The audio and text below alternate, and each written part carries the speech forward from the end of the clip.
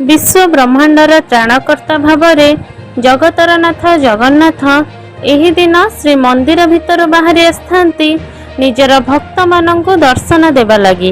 पुरठारु पल्ली सारा विश्व आजिर दिन में संपूर्ण जगन्नाथमय हो जाए। एही दिन भक्त सह भगवानंकर हुए अपूर्व मिलन। समस्ते जगा दर्शन निमंते रास्ता मझी को चली आसथांती। सेहीपरि कटक जिला गतिराउतपाटଣା पंचायत ढियासाई गाँ दांडरे महाप्रभु श्री जगन्नाथଙ୍କ रथयात्रा अनुष्ठित हो जाइछि। सूचना अनुसार 100 वर्षर ऊर्ध्व गतिराउतपाटଣା ठारे थिबा माँ हस्तीवाहिनी मंदिरटी प्रथम करी देवतार विभाग को गला परे ए वर्ष बड़ धूमधाम रे पवित्र रथयात्रा पालन करा जाइछि।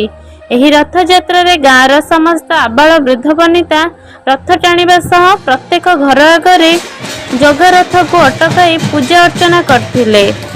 कटकरू मंटू साहू का रिपोर्ट, न्यूज 8 ओडिशा।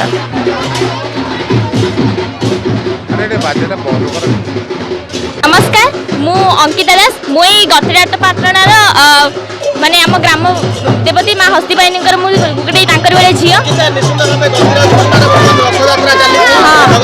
बहुत धूमधाम हो सबू से प्रभु इच्छा आउ सबु वर्ष पड़ी ए वर्ष मत कोटी कोटी लोक माने भगवान को देखिया को आछंती आउ मु भी निज को गर्व बोली मन करूछि।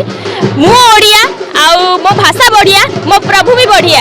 मु एति की कही मो वक्तव्य हमर प्रभु आराध्य जगन्नाथंकर 4.5 कोटी ओडिया तरफ प्रभु जगन्नाथ को आज धन्यवाद देती। आज घोष यात्रा आज प्रभुकर बहुत आनंदमय दिन।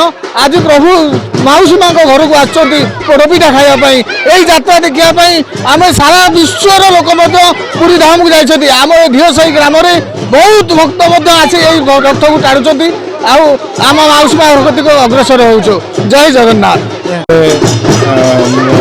जगन्नाथ रथ माउसी माँ मंदिर को जाऊँगी जाऊ मत खुशी लगुच। बहुत अंचलवासी सहयोग कर चाहूँगी भगवान पाखे समस्ते भले रुहतु। मुझे कर आगामी